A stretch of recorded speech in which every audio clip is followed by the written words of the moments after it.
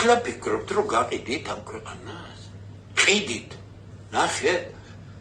ახალგაზრდებმა ნახეთ რა ვიდეოები გადაიღო ეს მე ადრეც ვიწოდით თბილისის გარეშემო რა არაბული სოფლებია, რაებია ქართლში, კახეთში. თქვენ მართლა ფიქრობთ, რომ გაყიდით ამ ქვეყანას? თუ რა გვიზამთ, ახლა მოკლავთ და დაგხოცავთ ქუჩაში, ხო? მაგის რომ გვეშინოდეს, ჩვენ ხმაც კი არა მოვიღებდით. დაგხოცავთ და რა დღე დაგადგებათ, იმასაც დაინახავთ. ჩვენ რა გინდათ?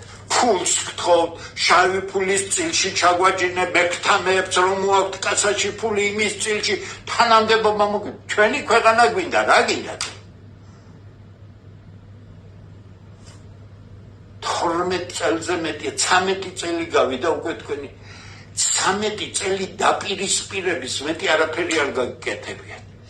ის პრობლემა, რაც იყო ელემენტარულად გვარდებოდა, მაგრამ ამის ნაცვლად პოლიტიკური დანაშაულზე წადით, შვა უნდა გაიკრიფოსო და მე უნდა დავრჩევო და ეგენიო და ამათ შორის აგვირჩიე ჩვენ, თორე ეგენი მოვლენო.